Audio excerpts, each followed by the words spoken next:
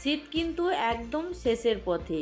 আজ শীত চলে যাওয়ার আগেই কিন্তু ঝটপট করে এই রকম নরম তুলতুলে ফুলকো ফুলকো জালিদার চিতই পিঠে আপনারা কিন্তু যে কেউ বানিয়ে নিতে পারবেন। অবশ্যই ভিডিওটা সম্পূর্ণ দেখবেন, তাহলে বুঝতে পারবেন। যারা নতুন পিঠে বানাতে একদম জানে না, তারা কিন্তু এই পিঠেটা যদি একবার দেখে নেয়, খুব সহজেই কিন্তু বানিয়ে নিতে পারবেন। বানানো খুবই সহজ, শুধু একটু মনোযোগ সহকারে দেখবেন। নমস্কার, কেমন আছেন সবাই? আশা করছি সবাই খুব ভালো আছেন, সুস্থ আছেন। মৌসুমী রকমারি রান্নাতে আপনাদেরকে আবারও একবার অনেক অনেক স্বাগত। প্রতিদিনের মতো আজও একটা দেখুন সুন্দর পিঠের রেসিপি নিয়ে চলে এসেছি। আর পিঠেগুলো যেমন নরম তুলতুল, এইরকম খেজুর গুড়ের সঙ্গে যদি খাওয়া হয়, তাহলে কিন্তু মনটা একদম খুশিতে ভরে যাবে। সত্যি বলছি, যারা পিঠে খেতে পছন্দ করে তাদের তো ভীষণ ভালো লাগবে। আর যারা বানাতে পছন্দ করেন কিন্তু পাচ্ছেন না, অবশ্যই কিন্তু ভিডিওটা দেখবেন, ভালো লাগবে। এইখানে দেখুন আমি নিয়েছি আতপ চাল, যেটা কাঁচা চাল বলে, এখানে মুম্বাইয়ে এটাকে কাঁচা চাল বলে।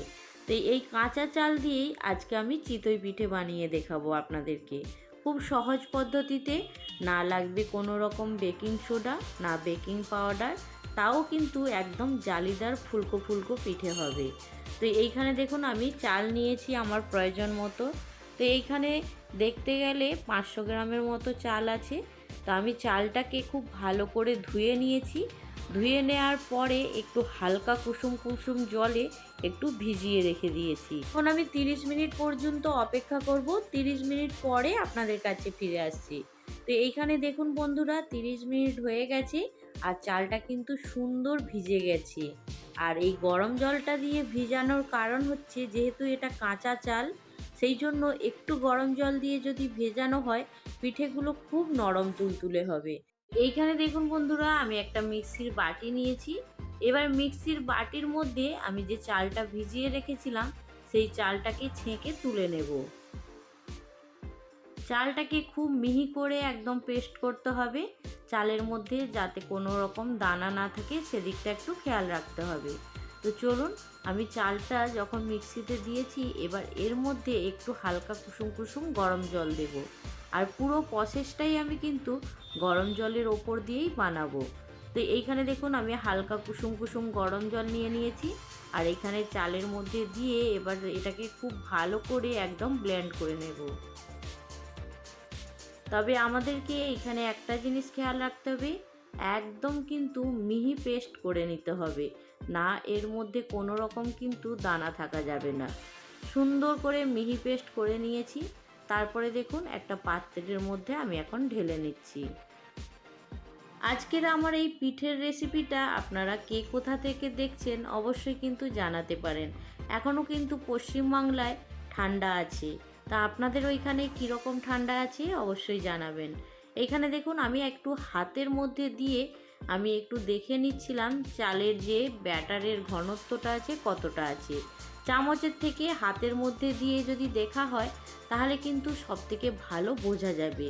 ঘনত্বটা অনেক ঘন ছিল বলে সেইখানে আমি অল্প পরিমাণে মিক্সির মধ্যে হালকা কুসুম গরম জল দিয়ে সুন্দর করে মিক্সির বাটিটা ধুয়ে এখানে চালের ব্যাটারের মধ্যে দিয়ে দিয়েছি। এবার সুন্দর করে দেখুন জলটাকে ভালো করে গুলে নিচ্ছি। ভালো করে গুলে নেওয়ার পরে এবার এখানে আমি একটা চামচ ব্যবহার করছি। এবার চামচ দিয়ে লিকুইডের ঘনত্বটা আপনাদেরকে দেখিয়ে দিচ্ছি। তো চাল বাটার যে ঘনত্বটা আপনারা দেখে বুঝতেই পারছেন, এই রকম পারফেক্ট ব্যাটারটা তৈরি করতে হবে। খুব ঘন হবে না, আবার খুব পাতলাও হবে না। খুব পাতলা হলে তাহলে সরু চাকলি পিঠে হয়ে যাবে, আর যদি মিডিয়াম ঘন থাকে তাহলে কিন্তু পিঠেগুলো চিতই পিঠে খুব সুন্দর হবে। এইখানে পিঠের স্বাদটা বাড়ানোর জন্য আমি এখানে দেখুন 1 মুঠো পরিমাণে নারকেল কুড়ো নিয়েছি। নারকেল কুড়ো যদি দেয়া হয়, পিঠের স্বাদটা কিন্তু অনেকটাই বেড়ে যাবে। তো অবশ্যই যদি কেউ কোনো দিনও নারকেল না দিয়ে খেয়ে থাকেন, তবে অবশ্যই একটু নারকেল কুড়ো দিবেন। নারকেল কুড়োর বদলে কিন্তু নারকেলকে কুচি করেও দেয়া যায়, সেটাও কিন্তু বেশি ভালো লাগে খেতে। এখানে দেখুন আমি এখন স্বাদ মতো নুন দিয়ে ব্যাটারটাকে খুব ভালো করে এখন গুলে নিচ্ছি। ব্যাটার কিন্তু আমাদের একদম রেডি হয়ে গেছে, দেখে বুঝতেই পারছেন। চালের ব্যাটারটা আমার কিন্তু সুন্দর করে একদম রেডি করা হয়ে গেছে। আর চামচ দিয়েও আমি মিনিট 2 খুব ভালো করে এটাকে গুলে নিয়েছি। আর এটাকে যত ভালো করে গুটা হবে তত কিন্তু পিঠেগুলো জালিদার হবে। এর মধ্যে কোনো রকম বেকিং পাউডার, বেকিং সোডা কিচ্ছু দিতে লাগবে না। তো অবশ্যই দেখুন পিঠেটা কত সুন্দরভাবে আমি রেডি করব। তো এইখানে দেখুন আমি একটা মাটির তাওয়া নিয়েছি। মাটির তাওয়া কিন্তু খুব ভালো করে গরম করে নিতে হবে।